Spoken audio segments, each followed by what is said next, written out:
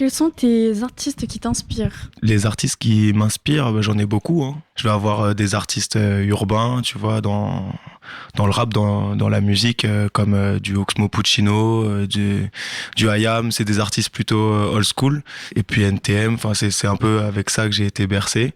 Et dans les artistes actuels, je vais dire les artistes qui vont briser des codes. Je sais pas si vous connaissez, D6 par exemple, tu vois, qui fait des projets qui sont assez conceptuels et où il prend une direction artistique sur chacun de ses projets très précise, et puis il va en profondeur dans sa proposition artistique. Ton rapport avec le rap et ton adolescence? Le rap, ça a été quelque chose qui m'a, enfin le rap, l'écriture avant le rap même, ça a été quelque chose qui m'a permis de beaucoup extérioriser.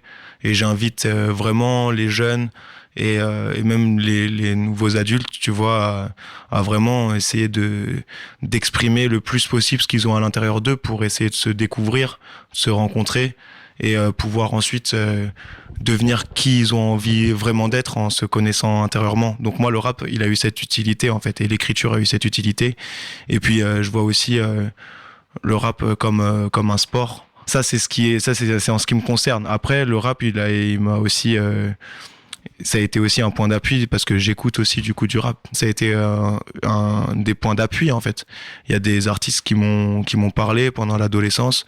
Tu vois, des Sopranos, des Diams, des Nekfeu. Ils m'ont aidé avec des textes bien où ils arrivaient à parler d'eux-mêmes, ils arrivaient à parler de leurs problèmes.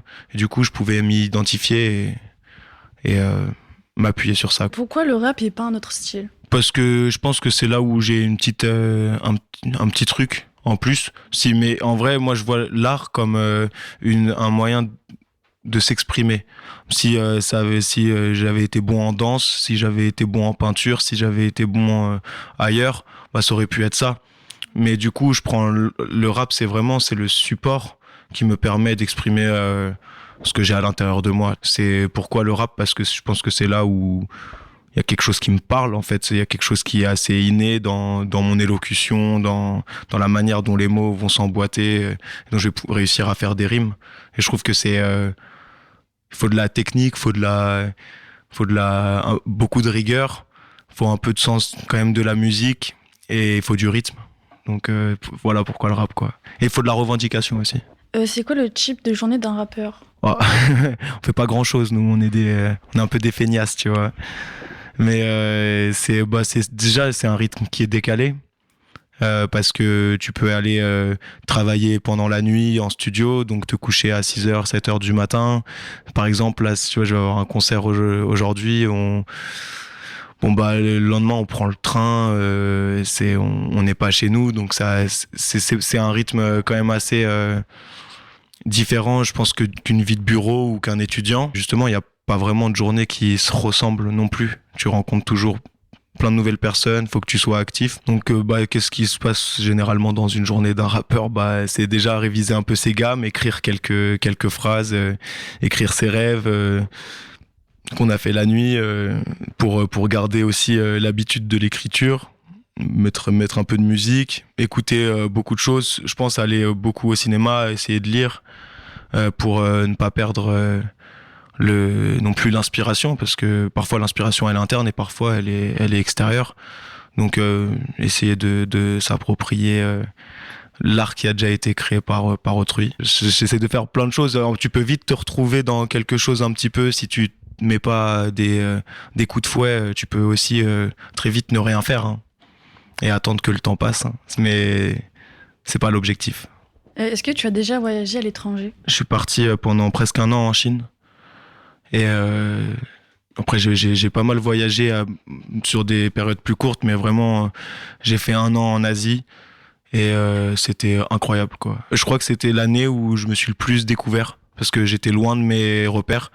C'était une culture totalement différente. C'est vraiment déboussolant et du coup, t'es obligé de te rattacher à ton être intérieur, quoi, là-bas.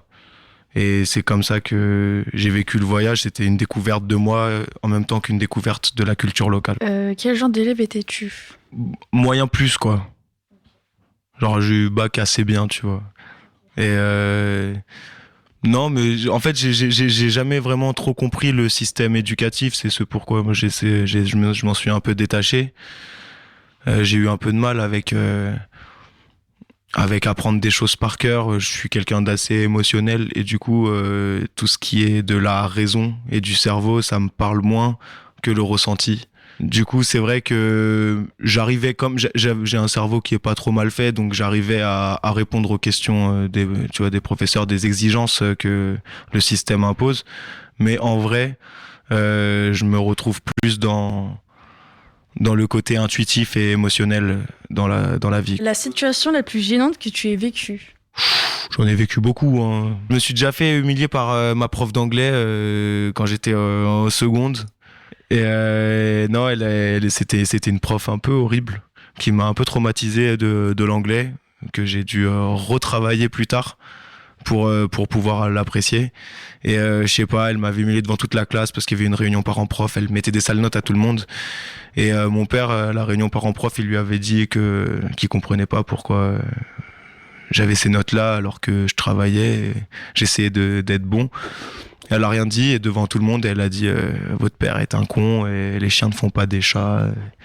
Et devant tout le monde, je suis devenu tout rouge. Puis j'étais sensible quand j'étais plus petit, donc très vite le sang qui monte et tout.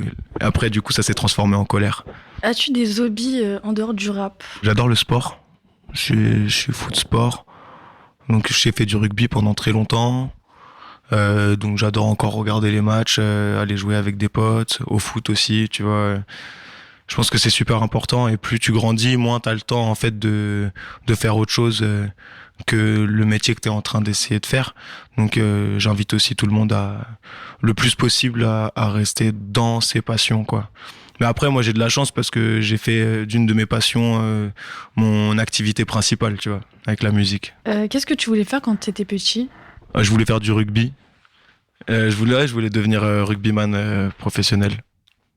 Je crois que comme c'était ma plus grosse passion et du coup quand je suis arrivé vers le lycée, j'ai arrêté le rugby avec une blessure, mais j'ai repris, mais pas au même niveau. Donc au début, j'étais lancé sur quelque chose d'assez compétitif et jouer les championnats de France et tout.